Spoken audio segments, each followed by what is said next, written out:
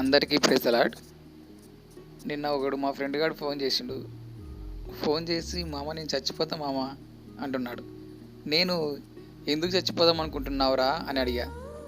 అయితే నేను ఒక అమ్మాయిని ప్రేమించానురా, ఆ అమ్మాయికి పెళ్ళైపోయింది నిన్న, నాకు బతకాలని లేదు, నేను చచ్చిపోతా అని నాకు ఫోన్ చేసిండు. అయితే నేను వానికి చెప్పిన, అరే మరి ఇంటి దగ్గర మీ అమ్మ నీకోసం ఎదురు చూస్తుంటుంది కదా, నీకోసమే బతుకుతుంది కదా, ఆమె సంగతి ఏంట్రా మరి అని అన్నా. వానికి దాని నుండి సమాధానం లేదు. అది కాకుండా వాడు నన్ను ఏమంటున్నాడు తెలుసా, నీకేం తెలుసురా ప్రేమ గురించి, నువ్వు ఎవరైనా ప్రేమిస్తే నీకు తెలిసేది అని అన్నాడు. అయితే నేను దానికి ఏం చెప్పినా, అవునరా నేనైతే ఎవరిని ప్రేమించలేదులే, కానీ ప్రస్తుతానికి అయితే నాకు యేసుక్రీస్తు ప్రేమ దొరికింది, తర్వాత తల్లిదండ్రుల ప్రేమ ఉంది, నాకు ప్రస్తుతానికి అది చాలు, అంతకు మించి ఏ ప్రేమ నాకు అవసరం లేదు.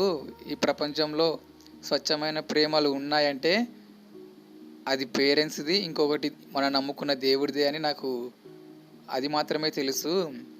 కానీ నువ్వు ఇప్పుడు అమ్మ ప్రేమను కాదని అమ్మాయి ప్రేమ కోసం చచ్చిపోతా అంటున్నావు కదా, ఒకసారి గుర్తుపెట్టుకో, నువ్వు చచ్చిపోయిన మరుక్షణమే మీ అమ్మ కూడా చచ్చిపోతుంది, ఇది గుర్తించుకో.